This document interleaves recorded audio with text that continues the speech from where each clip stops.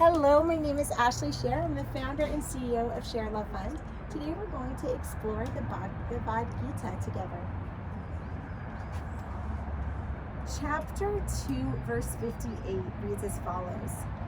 When one can withdraw from the said sense objects, like a tortoise draws within, one's wisdom is unwavering.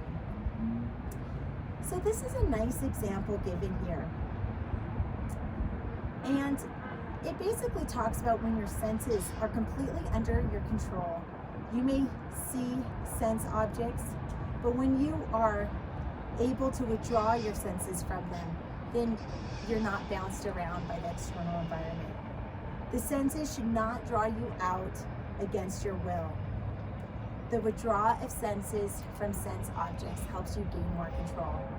We can sort of think about this in a social media context. When someone is obsessed with likes or something like that, then it's not really fulfilling because you are allowing external factors out of your control impact your happiness. And so when you draw inward like a tortoise, why does a tortoise draw inward? To protect itself, to have the safety of its shell. When we really focus inward, we're the safest. Now, if a tortoise was always inside its shell, it would starve, right? Sometimes we have to go out on a limb to eat, to make money, to collaborate with people, to send our kids to school, and so forth. So, yoga is about balance. But our truest, most stable, secure self is drawing inward. Like you're probably most safe in your own home or your own bedroom or under the covers of your own bed. And we can think about that as a metaphor. So if you kind of feel bounced around by life and derailed a little bit about what everyone says, you might want to draw it inward. I'm just going to go in to share a Jewish story that my son just told me yesterday. So basically it's about a man who owns a fish store. His fish store is not doing very well and he's not selling much fish. So he decides to put up a sign. And the sign says, "Fresh fish sold here daily." Somebody comes by and says, "Why does your sign say fresh fish? Do you sell old fish? I mean, wouldn't we all assume that fish sold should be fresh?" And the shopkeeper says, "Yes, you're right. All my fish is fresh." So he changes the sign to say, "Fish sold here daily," and he removes fresh.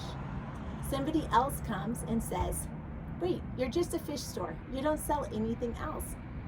Why say fish?" So he removes the sign. So it just says, "Sold here daily," and so forth. People come by and they say, "Wait, do you sell weekly or monthly?" He says, "No, I always sell daily." So they encourage him to remove the word daily. At the end of the series, the shopkeeper has no sign because he's removed every word. He comes home and his wife says, "Did you make any money today?" He said, "No, business is bad." And his wife says, "You should put up a sign." The idea is that if we listen too much to what people say, that everybody has an opinion on everything, that sometimes it'll just run us in circles. And so sometimes it's important to draw in upon your own sense of creativity and listen. It's a balance. Being too isolated isn't helpful either. We can get stimulation from an exchange of ideas with others, but don't assume that everybody knows best except you. Try to keep in mind that everybody is fighting their own personal battle, and that we're all just trying to figure out this crazy thing called life.